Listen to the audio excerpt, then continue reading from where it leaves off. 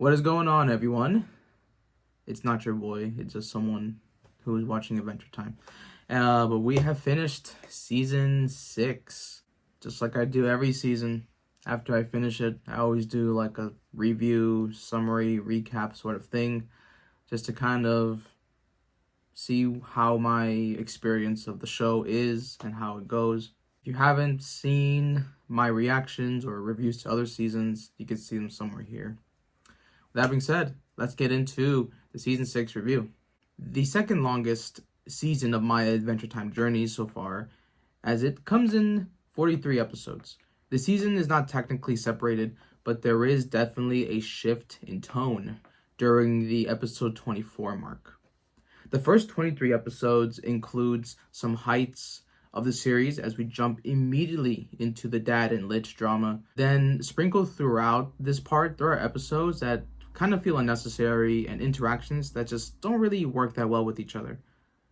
Then we have some of the more consistent runs of the series from episodes 18 through 22, which taps into Jake and more philosophical and time-bending themes. Then in the second half of the season, it includes this cosmic and astronomy-centered atmosphere as the comet becomes the focal point of the behavioral changes, historical reveals, and realizations for everyone in the series, which also gives the series such new direction to have this looming 1,000-year plot thread, both used in this context of the past, present, and future in a way. We are still given some mediocre episodes that weaken and don't really have much to do with the comet, but when they do reference the comet or just have a simple frame, it's nice. Then in the end, we are presented with a pretty bizarre but fantastic development that involves Orgolorg and the comet. But I personally felt this build-up and climax fell flat with its lack of lasting impact and payoff of the established centralized theme, plot and world. Immediately jumping from the season 5 finale, we are introduced to Finn's father. They must commit a cosmic crime, which is connected to waking up Prismo and essentially killing him. The Lich intercepts this crime and forces his way into the Citadel, where he is frozen and where he wants to infiltrate and take over the frozen criminals to build an army. Finn meets his father, who is, he's a deadbeat, okay? He loses his grass sword and his arm in the process as it is pulled from him while trying to save his dad, or hang on to his dad. The Lich is turned into a human form as he is cured from the previous evil intentions and form. He now goes by Sweet Pea and is given to Tree Trunks and Pig as they have a failing marriage from what it's been saying all season. Zombie James comes back. Finn is acting fatherless and he's now kissing all the princesses, and he also interacts with this bee Breezy who likes him and actually helps him on his journey of his arm, love, and just his place in the world. The Candy Kingdom is under attack from Maja and some ancient monster Darren. The ancient psychic tandem War Elephant, I love that name, helps defeat them. And he even goes on his own existential journey as he doesn't know what to do without being told what to do. And then he reunites with Maja. The treehouse gets sold to one of Jake's pups, and there is resentment for him not being a present father. So it's really kind of heartwarming to see them kind of just reconnect on something so simple. Though I will say, Randicorn did say that the kids didn't need a father figure. I'm just saying it's kind of weird to now make this an issue. Marceline and LSP become acquainted. Peppermint Butler finally shows off his powers and abilities, and it's amazing.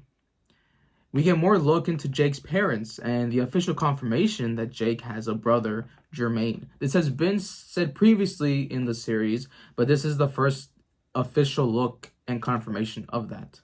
Jake goes on an existential and grieving set of episodes, and here Finn gains the Finn sword in a confusing dream reality sequence. So kind of confusing me still. FP and PB finally get into a battle that's heated, but in the end, PB learns to trust and not spy on the Flame Kingdom. Then this leads Finn and PB to hanging out and just taking it easy as PB tries to really embrace this new side of her. So now, the season does pivot into a new direction from this point on. It starts with the show going into the Jurassic period, something with dinosaurs. I'm not good with eras of dinosaurs. as we are shown the origins of the crown and its creators from the hero Evergreen, who wants to save the world from a comet that appears every 1,000 years. He has a pupil he abuses, and the pupil gets consumed by the crown when he must wear it to try to save the world. The comet continues as Finn gets philosophical about the world, and he accesses the astral plane. On Mars G5, that guy, he sacrifices himself as the comet is heading towards their planet.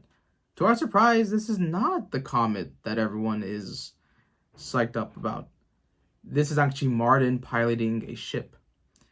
The King of Wu takes advantage of Sweet Pea, aka the Lich, to get money and whatever else. Then in the end, the Lich is kind of reawakened by some flare, some light, maybe it's the comet. And now we are given this monologue of the beginning of time. It's very chilling. In another dreamlike sequence, Finn reunites with his father, who continues to show his usual personality. Lemongrab has an interesting ego death sort of thing. Susan Strong comes back to a battle of a soda conspiracy lineage. Jake and his son uncover a diary of one of the nurses in the Candy Kingdom. Ice King makes smart friends, but kills them when they do not connect. Kind of like a PB situation with the army. Jermaine is revealed, which is a loaded, regret-filled episode between the brothers, as they both kind of struggle with the passing of their dad and kind of being stuck in this position they're in. Mainly Jermaine. We get a Graybles from 1,000 years in the future, past. It kind of goes back and forth between the two, which is really cool for transitions and this timeline that they've established. Cosmic Owl goes dream chasing for a girl, and he goes on about how his dreams are inevitable and they will happen and how one cannot change a dream. Gunter is revealed to be the girl who cursed PB in the dream, which further mentions the comet. Betty makes her official first centered presence as she's working with Magic Man to find out the truth of the crown and its causes. Magic Man is on a search for his brother and his former lover. Betty and him do a transmutation where she is now the person with madness and the powers. And the Magic Man, he is not sad anymore, and he is powerless. We then get the reveal of the powerful Orgalord, who just so happens to be Gunter, just in a regressed state. This comes into play as the final 2 episodes includes the comet finally hitting or arriving, with the aftermath of PB losing the Candy Kingdom election and leaving the kingdom. Orgalord's power revives because of the comet, and he steals a ship from PB to intercept the comet and to gain its power. This makes Finn grow thorns on the ship to save his life, and also it kind of puts Jake in a position to where his Croak dream could happen. Finn sings a song that makes him at one with the place in the world and the universe, which just so happens to put him in the direction of his dad and the Moth from the previous episode. The comet's core offers Finn enlightenment and also tells him how this is just a life of a past reincarnation of the comet, as the Lich butterflies have gone through it. Finn declines and is okay with his life, but the father accepts and joins the core to the beginning of the end. And that ends the comet fiasco and season 6. Characters. There was a large assortment of characters in this season.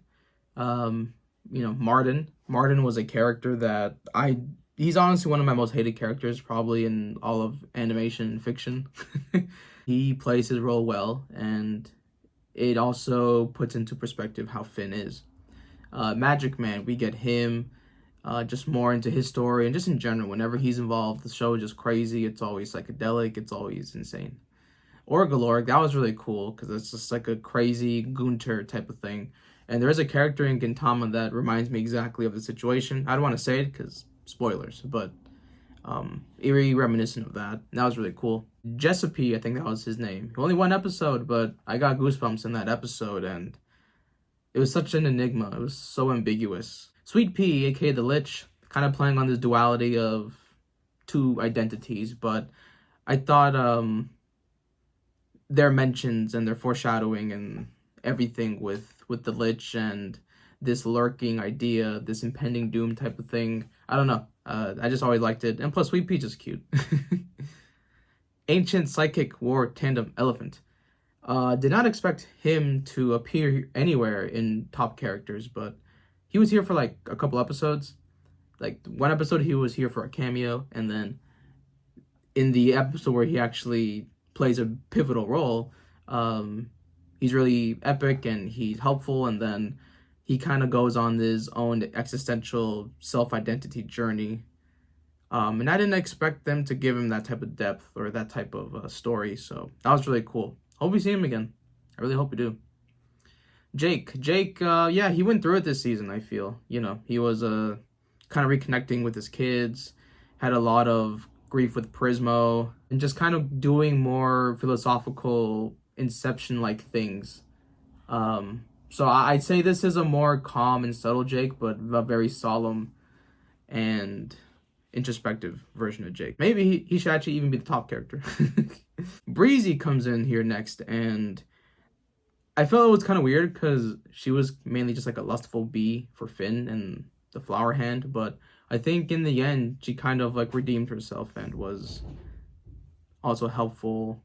So Finn, yeah, this season Finn basically showed every aspect of his character. It's probably the strongest he's been since the earlier seasons, but I think this season he's really been in depth. We know where his mindset is at. We're seeing how he copes with it. He's still funny. He's still independent. He's epic. He just does everything that I think a main character is supposed to do. And that's why I think this is probably the best representation of him. I think I think it was season 4 or the first part of season 5, I believe. But yes, Finn deserves a lot of flowers for sure right now. Not the one on his hand. And it's weird that Finn is number 1. He should be. But this is just more for me, as I think number 1 is Peppermint Butler. I think I've waited for this for a while, for him to just like reveal like what he's about. And I just felt really confident and happy when we finally got that showcase. And then also in the season, you know, he makes appearances and, you know, he's still with PB even at the end when she's voted out. He makes some appearances, and then he's like the go-to guy for like these evilness or spells or witches or whatever. So I don't know. It was like a rewarding thing to see him kind of finally come out. But I do think Finn or Jake maybe deserves the number 1 spot for the season. But I'm biased. I don't care. Episodes. At number 10, we have episode 25, Astral Plane. At number 9, we have episode 33, Jermaine. Number 8, episode 40, Orgolorg. Number 7, episode 26, Gold Stars. Number 6, episode 10, Something Big. Number 5, episode 6, Breezy. Number 4, episode 7, Food Chain. Really psychedelic, really incredible structure to the episode. Playing with perspective, with this universal, all-connected idea. It was just pretty spectacular. Number 3, we have episode 38, You Forgot Your Floaties. Finally, Betty comes into the picture, and just more Magic Man depth. Gotta love it. Number 2, we have episode 2, Escape from the Citadel. A pretty remarkable and kind of insane intensity of just reveals of like the Lich and Martin, and all around just drama-filled, epic. And number 1, which might be unexpected, it's episode 20, Jake the Brick. There was something that really hit me with just kind of realizing, you know, how simple a perspective of an inanimate object could be. And they kind of personify that and they humanize it.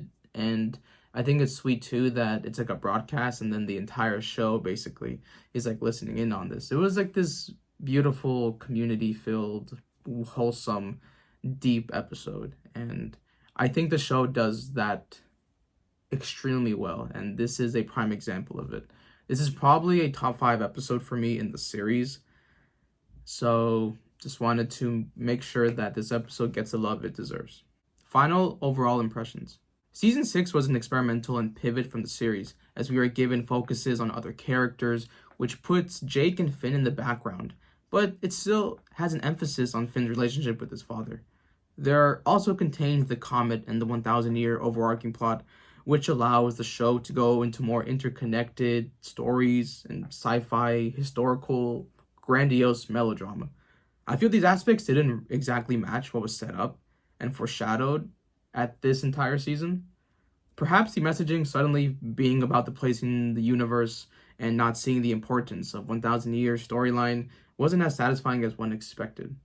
I feel this could be a season and a message that will get better as I continue the series, as the past lives and character diagnosis is interesting, but perhaps it needs more time and reveals with it.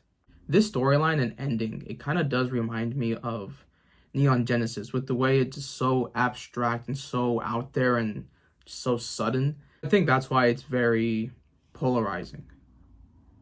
But eventually, I think you kind of understand more of it, and you're like, okay, that's why it was so great. That's why it was so important. So I wonder if that's going to happen with this whole comet and 1,000-year idea. Unfortunately, the glaring amount of weak and bad episodes, with the addition of non-likable collaborations, and, as I've stated, the bit of underwhelming Comet 1,000-year resolutions, it makes Season 6 not as strong as the others, despite its adventurous and newfound plot. I'm giving Season 6 a 7 to a 7.5 out of 10, with room to grow if those plot lines do develop and age well. That's going to be it for me. I will see you for Season 7. Whenever that is. See you there.